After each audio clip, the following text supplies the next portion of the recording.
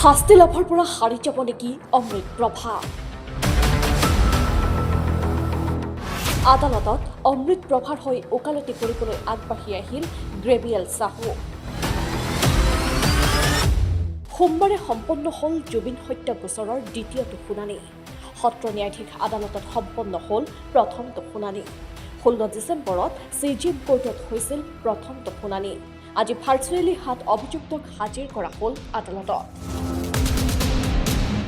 উল্লেখ্য যে ভাৰ্চুৱেলি আদালতত হাজিৰ হোৱা 7 অভিযুক্তৰ মুখত নাই কোনো অনুশোচনা। কোনো এটা অভিযুক্তৰে হোৱা নাই বিশেষ শাৰীৰিক পৰিৱৰ্তন। শুনানিৰ শেষত এই মন্তব্য জুবিন গাৰ্গৰ ভগ্নী পামী বৰঠাকুৰৰ। সূচনা মই একো দেখা নাই, ঠিকেই দেখিলোঁ দেখোন,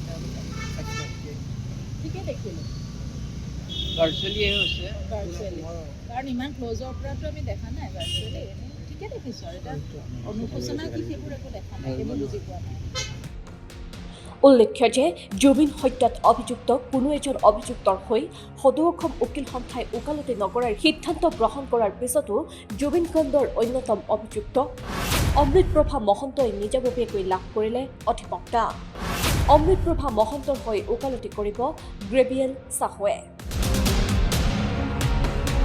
আন 6 অভিযুক্তয়ো আজি লাভ কৰিছে চৰকাৰী অধিবক্তা।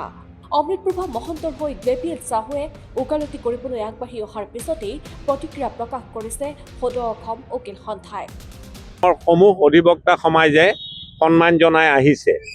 আজি যদি কোনোবা অধিবক্তাই কাৰোবাৰ হৈ গোচৰ এই অভিযুক্তসকললৈ গোচৰ ল'বলৈ ওলাইছে, তাত সদৌ অসম উকিল সন্থাৰ কৰণীয় একো নাই।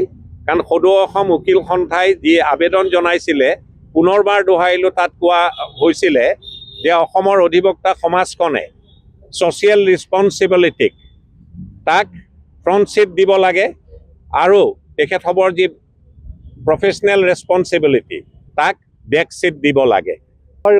বাবে এগৰাকী কোনোবা চাহু নামৰ ব্যক্তি এডভোকেট এপিয়াৰ হৈছে। তো এই চাহু এপিয়াৰ হৈছে, তেওঁ বেইল পিটিশ্যন দিয়া নাই, কিন্তু চৰকাৰী যিটো অধিবক্তা আছে তেখেতক পেন ড্ৰাইভটো দিলে চাৰ্জশ্বিটৰ। কিন্তু অতি পৰিতাপৰ বিষয় যে পেন ড্ৰাইভটো দিলে 12,000 পৃষ্ঠা বা ইমান হাজাৰ পৃষ্ঠাৰ, কিন্তু সেই পেন ড্ৰাইভটো পঢ়িবৰ কাৰণে চৰকাৰী উকিলৰ হাতত এটা কম্পিউটাৰ নাই। 3 জানুৱাৰীত জুবিন হত্যা গোচৰৰ হ'ব পৰৱৰ্তী শুনানি। উল্লেখ্য যে আজিৰ শুনানিত কোনো অভিযুক্তই কৰা নাই জামিন আবেদন। News desk report, peoples TV, Assam news any.